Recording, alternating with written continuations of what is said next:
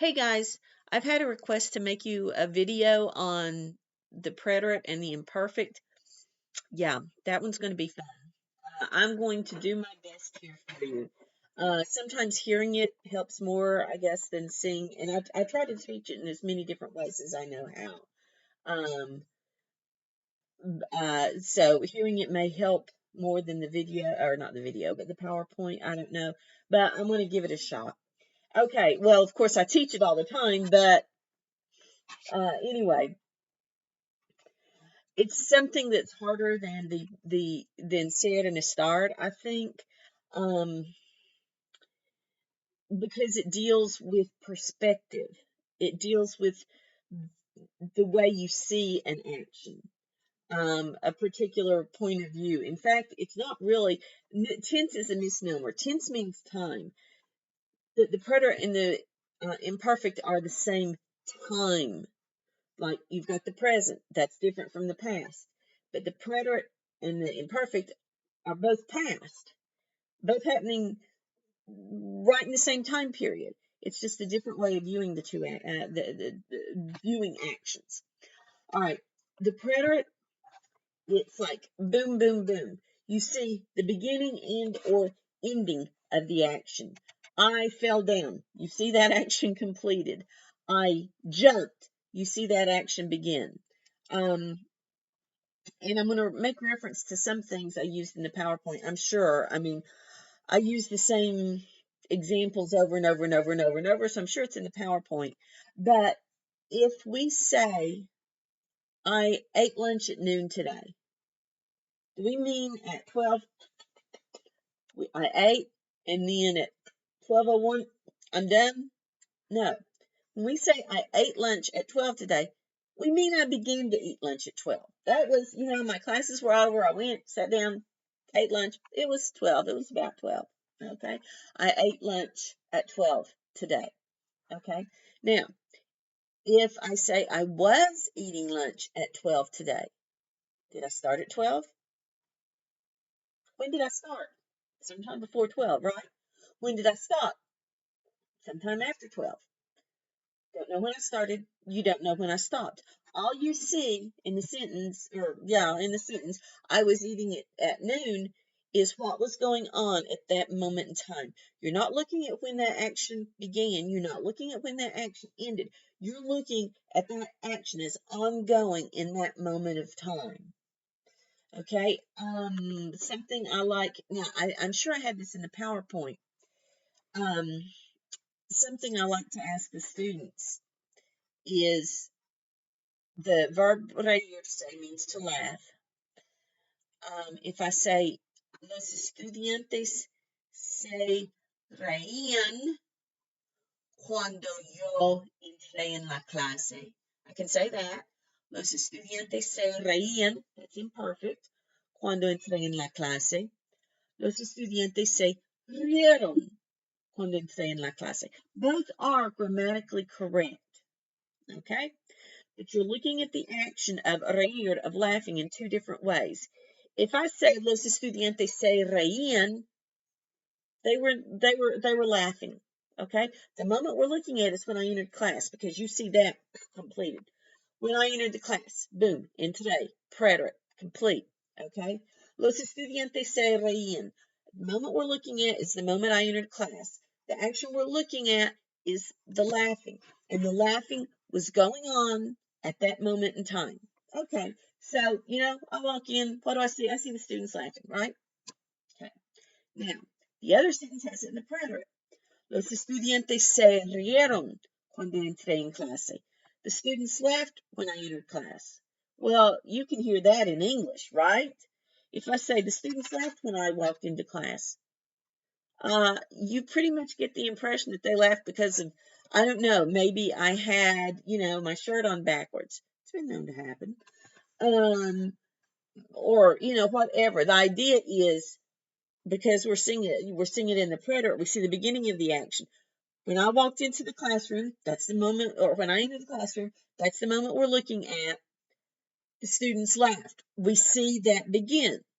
Okay, so whether that action was ongoing, viewing that as ongoing or as beginning, Makes a big difference in the meaning and the reason for the laughter. All right. Another one I like to give is, which would you rather hear? Mi abuelo, oh, let's say two. Tu abuelo se moría or tu abuelo se murió. The first one means your grandfather was dying. And you think, you got to hear the end of that, right? Your grandfather was dying, so he pulled the plug. No, you don't want to hear that. Your grandfather was dying, but he recovered. Yay! But if you say, tu abuelo se murió, your grandfather died. That's the end of it. Complete. Not he was dying and then something happened, but he died. Over and done with. Complete. Okay? That's really a good way of looking at the preterite and the imperfect.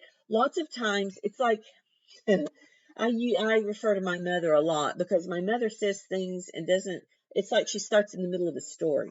Okay, let's say I am talking to you and I'm telling you, let's see,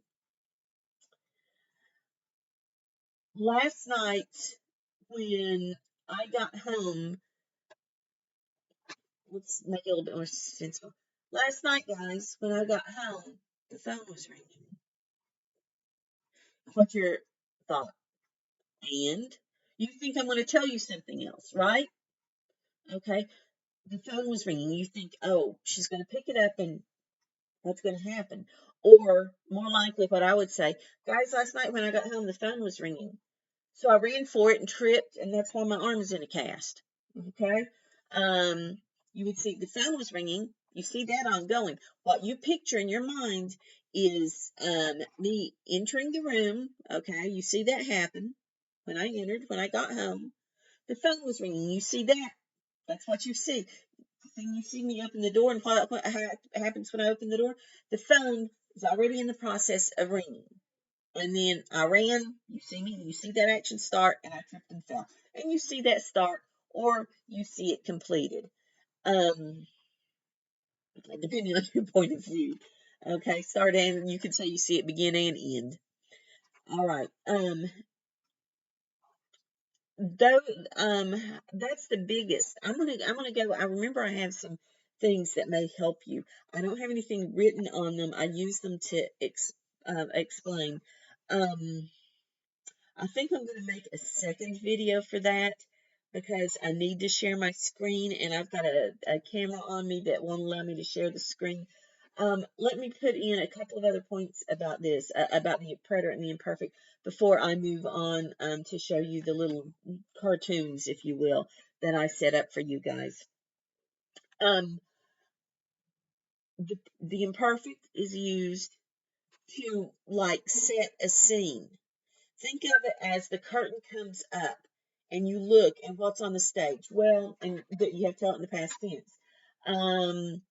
The little boy was bouncing a soccer ball, and the grandfather was in front of the fire. He was snoring, and then you could say suddenly a giant rushed on the stage. What you're seeing before the giant rushed on is the background, okay? And then you see the action happen. Okay, we're going to look at what was going on when that action happened. When that giant ran onto the stage, that's when you see the action begin, and that one would be preterite. Let me also say that the imperfect is used always to tell time. That is something that has never made sense to me. If I say eran las 11, it was 11 o'clock. Well, it was 11 o'clock for a limited amount of time, right? Like 1 minute. Or really 1 second. It was 11 o'clock. It was 11 and 1 second, 11 and 2 seconds. Anyway, whatever. It doesn't matter because you always, for whatever reason, use the imperfect to tell time. Always. Also, you use it for habitual past actions, things that went on over and over in the past. And if you've done the slideshow, you know that it's frequently in English translated used to or would. Don't even try to look up used to or would in Spanish. You're not going to find it, okay, because it's part of the verb. To say I used to play outside, it would be jugaba afuera. Now, jugaba afuera could be translated I was playing outside, I used to play outside, I would play outside. It depends on context. And in English, when I was little, I would play outside all the time. When I was little, I used to play outside all the time. It's the same thing. I was playing outside. That's different, and that's why you would need it from context. But the minute you put a time limit to it, it's not imperfect anymore. When I was little, I played outside one day. Now you've got preterite. If you say when I was little, I played outside. Well, the assumption is you did it more than once. You're just saying that this is what I did when I was little. Okay? So you don't have to say would or used to. If you can say would or used to, you know it's imperfect, but you don't have to say that. But if you put a time limit to it, boom, it is preterite. Okay? We went to the beach every year. That would probably be imperfect, depending on context, but probably. But we went to the beach every year for 5 years. Preterite. All right. Also, something, do not get into your head that imperfect is was doing something. If it is was doing something, you can bet that it's the imperfect, but just because it's not, it doesn't mean it's not imperfect. Okay, a sentence I like to use is the was it Nero, fiddle, while Rome burned? Okay, both of those are ongoing actions, and it's by the nature of the action. I mean, if I say Nero died while Rome burned, well, that action's complete. But picture it in your head. That helps. If you say Nero fiddled while Rome burned, what you see is this emperor. I'm guessing you've never heard that saying, but anyway, that Nero fiddled while Rome burned. But you picture this crazy emperor up there, Roman emperor up there, and he is playing the violin in the background. Back behind him, you see Rome burning, and both of those are going on at the same time. Okay, and neither one of those, you could say Nero fiddled while Rome was burning, or Nero's fiddling while Rome was burning, but it's not always the case. And another instance would be something like, she slept while I cooked, or while I was cooking. Slept, still imperfect. Okay, because you look at that picture in your head, and you see these two actions going on at the same time. You don't see one beginning and one ending while another one's going on. No, you see both of them going on. Okay, let me point out something that's going to be on the test. Something I tell you is, like, you're going to have to make up a sentence using the imperfect in a way where only the imperfect could be used. All right? If you want to say something, ella hablaba español, and think that you've got a good sentence, and wrong, because I could, out of context, I could say just as easily, ella habló español. Do you mean I could say she spoke Spanish, or I could say she was speaking? When I say where you have to give a sentence where preterite absolutely could not be used, you're going to have to write a sentence giving a context where the preterite would not make any sense at all, where it just wouldn't work. Okay, so heads up. Don't think, oh, I'll just write any old sentence with the imperfect. No, that doesn't work, because chances are you can write that same old sentence with the preterite. All right. This is the first one. I am going to go use Zoom so I can share my screen with you.